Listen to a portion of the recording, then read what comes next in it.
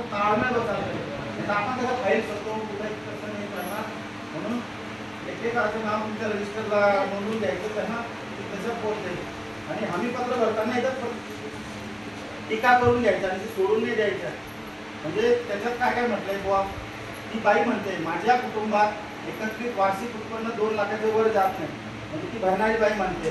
त्याच्यानंतर माझ्या कुटुंबात सदस्य आयकर नाही भरत, म्हणजे इन्कम टॅक्स मी भरतो, जे नोकरीवाले असतात ते भरतात, किंवा ज्याचं उत्पन्न म्हणजे मोठा शेतकरी असेल, ठेकेदार असेल ते भरतात इन्कम टॅक्स, ते चालणार नाही.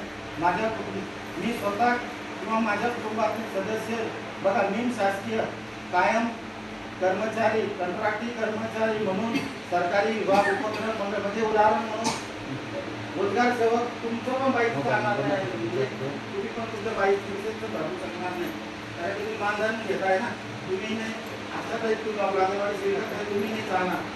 तुमचे समजा एक उदाहरण, तुमची सुनबाई आहे, तिचं रेशन कार्ड वेगळं आहे, तुमचं रेशन कार्ड सुनबाईचं भरा, तुमचं रेशन कार्ड मध्ये तुमच्या सुनबाईचं नाव आहे, मग तुमचं कुटुंबच पूर्ण चालणार नाही. कारण त्या कुटुंबात कोणी निम शासकीय, म्हणजे आपण सर्व निम शासकीय आलो, शासकीय प्रकल्पवाले बियाणेवाले म्हणजे असं, आणि मानधन तत्वावर म्हणजे आपण सगळे मानधन आहेत ना.